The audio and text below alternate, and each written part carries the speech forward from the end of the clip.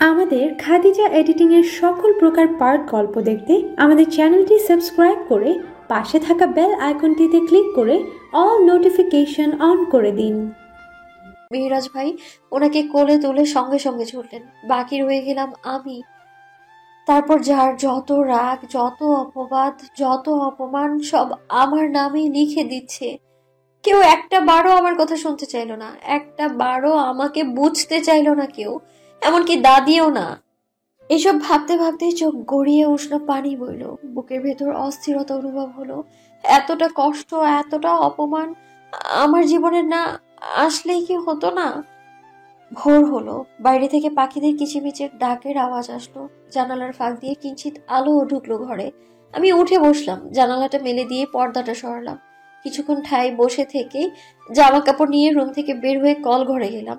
একটা গোসল করলে শান্তি লাগবে, গায়ে এক বালতি পানি ঢেলেই কোনোভাবে গোসল সেরে বের হয়ে চারদিকে তাকালাম।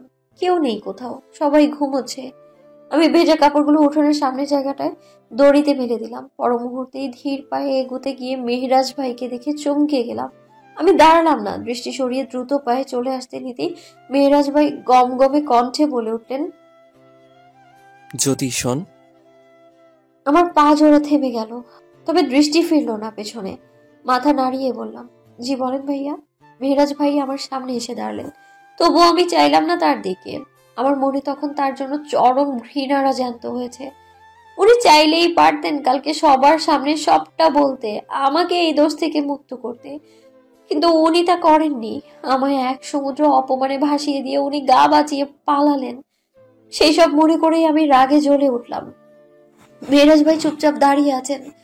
এবার এই অবস্থায় দেখে যদি কেউ কোনো কিছু বলে ফেলে, তাও সব দোষ আমারই হবে। আমি সরে যেতে লাগলে মেহেরাজ ভাই আবারও বলে উঠলেন, দাঁড়াতে বললাম না তোকে? কথা কানে যায় না তোর? আমি আবারও দাঁড়ালাম, বললাম, আমার একটু কাজ আছে। কি কাজ?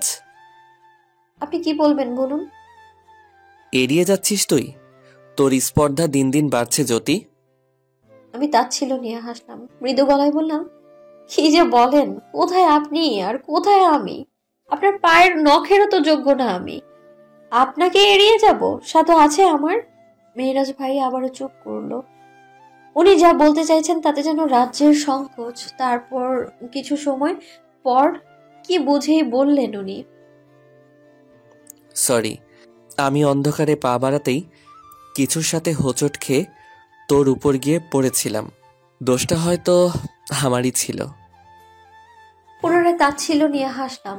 উনি এইসব বলছেন তা খুব একটা বিশ্বাসযোগ্য হলো না, তবুও বিশ্বাস করলাম। বললাম, তো এইসব শুনে আমি সবাইকে বলে বেড়াবো আমি নির্দোষ, নাকি দোষটা আপনার সেটা বলে বেড়াবো? এইসব বলার মানে কি মেহরাজ ভাই? আমার মনে হয়েছে তোকে সরি বলা উচিত, তাই, আর কিছু না। একটা সরিতে সব মিটে গেল না? যদি মিটেই যেত তাহলে না হয় বলে লাভ হতো।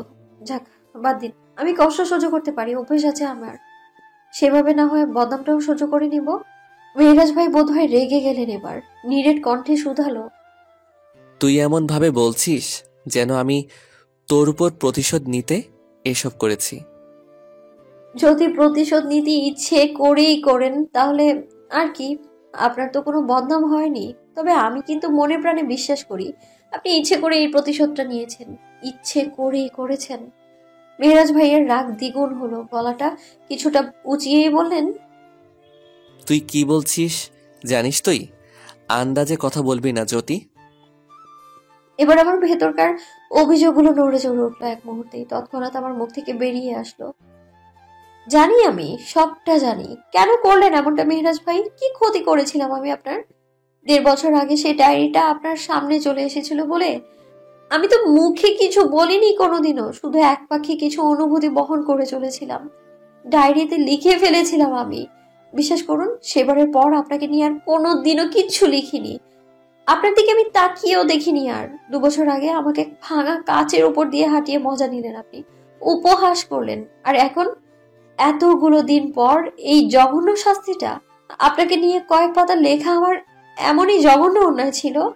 আমার চরিত্রে এত বড় একটা দাগ না দিলেই কি হতো না মেহরাজ ভাই?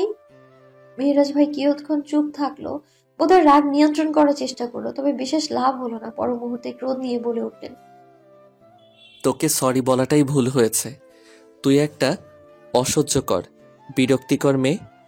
শুধুমাত্র কালকে রাতের ঘটনাটার জন্য সামান্তা আমার সাথে বিচ্ছেদের সিদ্ধান্ত নিয়েছে। আমার এত বছরের ভালোবাসা, বিশ্বাস সব শেষ। কিচ্ছু নেই আমার, কিচ্ছু না। এত কিছুর পরও তোকে সরি বলতে আসাটা চরম রকমের বোকামো। তারপর আর দাঁড়ালেন না মেহরাজ ভাই। চোখ মুখ লাল করে উল্টো দিকটা হাঁটা দিয়ে সোজা চলে গেলেন উনি। আমি সেই দিক পারে তাকিয়ে ছোট্ট শ্বাস ফেললাম। শুধু মনের ভেতর প্রশ্নটা জমাট বাঁধলো, উনি কি অস্পষ্টভাবে ওনাদের বিচ্ছেদের দায় আমায় দিয়ে গেলেন? রাজ আমার জ্যোতি যদি সত্যই রাইতে এক ঘরে খারাপ কিছু কইরা থাকে, তবে তার লাইগা ব্যবস্থা নেওন হইব। কানা গেসা না কইরা হক গলে চুপ করো। দাদির কঠিন গলায় এতক্ষণ সবাই গুনগুন করলেও মুহূর্তেই চুপ হয়ে গেল। এই সাত সকালে উঠোনে গোল করে চেয়ার পাতানো হলো। আমাদের বাড়ি আর মেহরাজ ভাইদের বাড়ির সব মুরব্বীরাই মোটামুটি উপস্থিত হলো সেখানে। আমি মাথায় ঘোমটা দিয়ে নিচু মাথা করে থাকলাম। 2 হাত দূরে মেহরাজ ভাইও দাঁড়ানো। বেশ কিছুক্ষণ চুপচাপ দাঁড়ানোর পর এক পর্যায়ে দাদি গম্ভীর গলায় মেহরাজ ভাইয়ের উদ্দেশ্যে বলল, রাজ, তোমার কিছু বলার থাকলে বলো। মেহরাজ ভাই মুখ তুলে তাকিয়েই কিছুক্ষণ চুপ থাকলো। তারপর গমগমে স্বরে স্পষ্ট গলায় বলল, জ্যোতির সাথে আমার এমন ঘনিষ্ঠ কোনো সম্পর্ক কখনোই ছিল না, নেইও। কাল যেটা চাচি বলেছেন সেটা নিতান্তই একটা দুর্ঘটনা ছিল। অন্ধকারে কিছুর সাথে হোঁচট খেয়ে পড়ে গেছিলাম। আর যেহেতু সামনে জ্যোতি ছিল, ওর দিকেই হোঁচট খেয়ে পড়তে হলো। আর তাই ও সহ মেঝেতে পড়ে গেলাম। বিষয়টা এতটুকুই। মেহরাজ ভাইয়ের কথা শেষ হতেই ওনার চাচার রাগ মিশ্রিত গম্ভীর গলায় শুধালো, তুমি জ্যোতির কাছে কেন গিয়েছিলে? অন্ধকারে এত রাতে একটা জোয়ান ছেলে হয়ে তোমার কি এত দরকার ছিল ওর কাছে যাওয়ার? বলো। আমি তো সামান্তাকে খুঁজতে এসেছিলাম এই বাড়িতে। এসে দেখি ও কল থেকে মুখ ধুয়ে এগিয়ে আসছে। চাচিরা বাইরে কথা বলছিল। সামান্তাকে বলল দাদির পানের বাটাটা এনে দিতে। সামান্তা তো ছোট থেকে এ বাড়িতে তেমন আসেনি, তাই দাদির ঘরও চিনে না। তাই আমাকেই যেতে হলো। বিশ্বাস না হলে জ্যোতির ফুপুকে জিজ্ঞেস করো, উনিই বলেছিল দাদির রুমে পানের বাটা আছে। দাদি এবার ফুপুকে জিজ্ঞেস করলেন। ফুপুও স্বীকার করলো। আমি স্বস্তির শ্বাস ফেললাম কেবল, তবুও স্বস্তি পেলাম না। দাদি এবার সেজ চাচির উদ্দেশ্যে বলল, সেজব, তুমি কও এবার। সেজ চাচি নরম গলায় বললেন, আমি তো আলো জ্বালিয়ে রাজকে খুঁজতে গেলাম। গিয়ে দেখি দুজন একসাথে জড়াজড়ি অবস্থায়। জ্যোতির শাড়িও তো অগোছালো ছিল। ছি ছি ছি। কথাগুলো শুনেই মাটি খিচে ধরলাম পায়ের নখ দিয়ে। এতগুলো মানুষের সামনে এই কথাটাই এইভাবে চাচি বলতে পারলো। চোখ বন্ধ করে জোরে জোরে শ্বাস ছাড়লাম। আরো খারাপ কিছু শোনার অপেক্ষায় ছিলাম। ঠিক সেই মুহূর্তেই মেহরাজ ভাই বললেন, ছিছি করার মতো কোনো কিছু দেখেছেন আপনি? আমি জ্যোতির উপর হেলে পড়ে গিয়েছিলাম। ওর শাড়ি একটু অগোছালো ছিল, এইটুকুই। ছিছি এর কারণ? এটা অ্যাক্সিডেন্টলি ঘটতে পারে না? মেহরাজ ভাই কথাগুলো বলার পরেই ওনার চাচা ধমকে উঠলেন, চোখ রাগিয়ে বললেন, রাজ, থামো। মুখোমুখি তর্ক করে বেয়াদবি করো না। এমনিতেই পুরো গ্রাম জানাজানি হয়ে গেছে এই বিষয়টা। সকাল থেকে এই সবই শুনতে হচ্ছে সবার কাছে। আমার সম্মান কতটুকু রইল বুঝতে পারছো? মেহরাজ ভাই আর কিছুই বললেন না। এরপর আরো অনেকক্ষণ বড়দের মাঝে কথাবার্তা হলো। এই এতটুকু সময় আমাকে কেউ কিছু জিজ্ঞেসই করলো না, কিছুই জানতে চাইলো না। নিজেকে কেমন ঠুনকো মনে হলো। দোষটা তো আমার নামেই রটানো হলো, অথচ আমার কথাটা শোনার এতটুকু প্রয়োজন নেই কারো। আমি অসহায়ের মতো মাটির দিকে তাকিয়ে রইলাম পুরোটা সময়। তারপর হঠাৎই দাদি আর মেহরাজ ভাইয়ের চাচা এক কঠিন সিদ্ধান্ত আমাদের জানালেন। আজ দুপুরেই নাকি আমার আর মেহরাজ ভাইয়ের বিয়ে হবে। আমি চমকালাম। থমকে গিয়ে চোখ তুলে চাইতেই মেহরাজ ভাইয়ের ক্ষিপ্র গলা শুনতে পেলাম আমি। কি সব বলছেন আপনারা? এতক্ষণ ধরে কি বললাম আমি? এটা শুধুই একটা দুর্ঘটনা। আমাদের মাঝে তেমন কিছুই ছিল না। তবুও এই সিদ্ধান্ত আসবে কেন? মেহরাজ ভাইয়ের চাচা রাগে চোখ লাল করলেন, উঠে দাঁড়িয়ে ক্ষিপ্র গলায় বললেন, দাঁত চেপে বললেন, তোমার কথাই তো আর হবে না রাজ। তুমি কিছু করো কিংবা না করো, গ্রাম জুড়ে যার উঠে গিয়েছে, মানুষ তাই সত্যি মনে করছে। বিয়েটা যদি নাই করো তবে আমার থেকে খারাপ কেউ হবে না বলে দিলাম। আর যাই হোক, আমি আমার সম্মান নষ্ট হতে দিব না। কথাগুলো শুনে মেহরাজ ভাইয়ের মুখ চোখ লাল হয়ে গেল। রাগে ফোঁসফাস করতে করতে শ্বাস ছেড়ে পা ফেলে চলে গেলেন উনি। আমি এক পলক চাইলাম শুধু সেই দিকে তাকিয়ে। মেহরাজ ভাইয়ের প্রতি আমার প্রখর অনুভূতি আছে ঠিক, তবে এমন নয় যে আমি ওনাকে পেতে চেয়েছি কখনো। ওনাকে স্বামী হিসেবে ভাবতেই আত্মসম্মানে আঘাত আনলো, জ্বলন্ত ঘৃণায় দগ্ধ হলো হৃদয়। আমি দাদির দিকে চাইলাম, সাহস করে মিনমিনে গলায় বললাম, দাদি, এই ঘটনায় তো কারোরই দোষ ছিল না, তুমি তো জানো আমি নির্দোষ, তবে এই কঠিন সিদ্ধান্ত কেন? আমি এক্ষুনি বিয়ে করতে চাই না দাদি। আমার কথাটা শেষ হতে না হতেই আব্বা চেয়ার ছেড়ে উঠলেন। রাগে কাঁপতে কাঁপতে আমার সামনে এগিয়ে এসে চিৎকার করে বললেন, তোরা এত বুঝতে কে বলছে? কেউ তোরা কিছু জিজ্ঞেস করছে? তোর এত কথা বলার সাহস হয় কি করে? মেয়ে মানুষের তো পড়ালেখার দরকার নাই, যতটুকু দরকার তা যথেষ্ট হয়েছে, আর না করলেও চলবে পড়ালেখা। আব্বা বেশ শিক্ষিত মানুষ, গ্রামের হাই স্কুলের গণিতের শিক্ষক, অথচ আব্বার মতো শিক্ষিত মানুষও কি সুন্দর বলে দিলেন মেয়েদের অত পড়ালেখা করার দরকার নেই। আমি কিছুই বললাম না, শুধু দাদির দিকে একবার চাইলাম।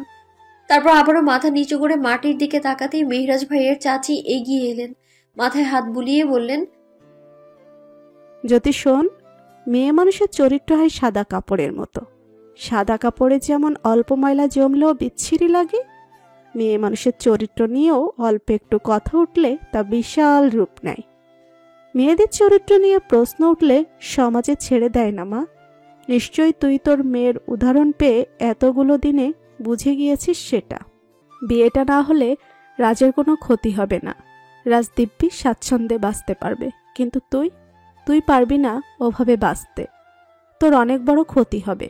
গ্রামের মানুষজন তো চিনিস, বিষয়টাকে খুব খারাপ বানিয়ে ছাড়বে পরে। বিয়েতে রাজি হয়ে যা। তোর সমস্যা পড়ালেখা নিয়ে তো, তোকে পড়াবে এতটুকু নিশ্চয়তা আমি দিচ্ছি। এবার রাজি হয়ে যা মা। আমি টলমলো চোখে চেয়ে রইলাম। এবার মেহু আপু পাশে এসে দাঁড়ালেন, নরম গলায় বললেন, আমরা সবাই জানি তুই নির্দোষ, তুই কিছু করিসনি। ভাইয়াও ইচ্ছাকৃতভাবে কিছুই করেনি, কিন্তু সমাজ যে একবার বিশ্বাস করে নিয়েছে তা কি শুধু মুখের কথায় মুছে দেওয়া যাবে? বলবে আমরা বাড়ির সম্মান বাঁচাতে মিথ্যে বলছি।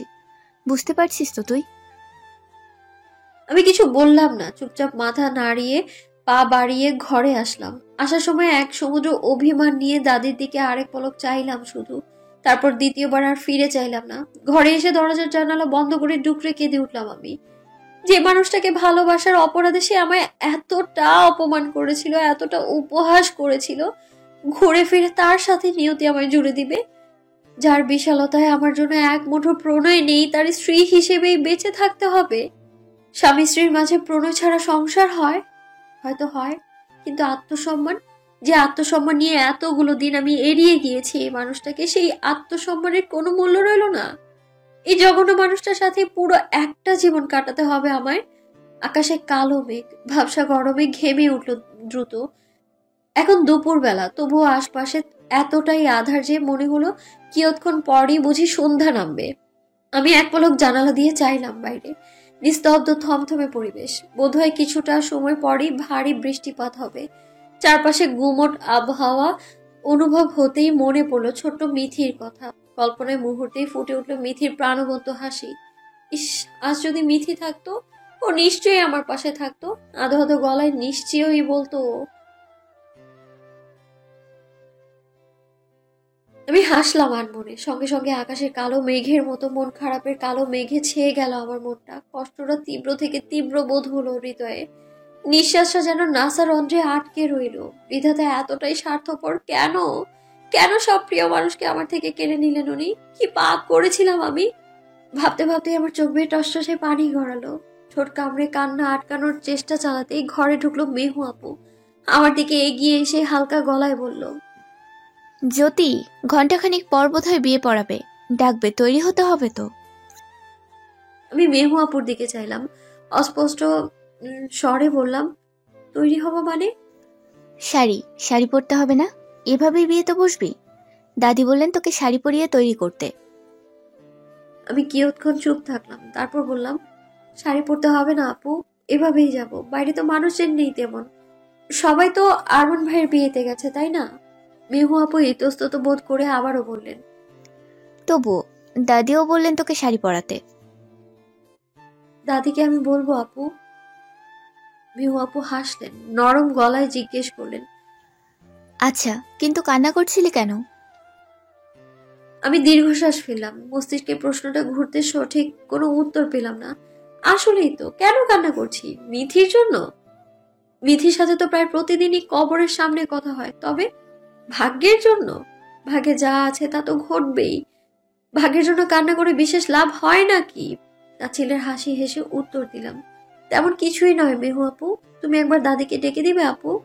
মেহু আপু ডেকে দিলেন না, আমার দিকে এগিয়ে এসে হাতে হাত রাখলেন, তারপর নরম গলায় মাথায় হাত বুলিয়ে বলতে লাগলেন, জ্যোতি শোন, ভাইয়া একটু রাগী একটু জেদি, ভাইয়া সমান থেকে ভালোবাসে এটাও সঠিক, কিন্তু ভাইয়া অতটাও খারাপ নয় জ্যোতি। তোর সাথে ভাইয়ার বিয়ে হলে আমি এইটুকু নিশ্চয়তা দিতে পারি যে তুই ঠকে যাবি না। ভাইয়া ভীষণ দায়িত্ববান আর যত্নশীল, তুই দেখিস ভাইয়া নিজের দিক থেকে সবসময় সঠিক থাকবে, কোনো দিকে অভিযোগ রাখতে দেবে না, মিলিয়ে নিস। যদি তোর কান্নার কারণ ভাইয়ার সাথে বিয়েটাই হয়, তবে আমি এটা বলবো যে এই বিয়েটাই একদিন তোর চোখে অশ্রু আসা নিষিদ্ধ ঘোষণা করবে।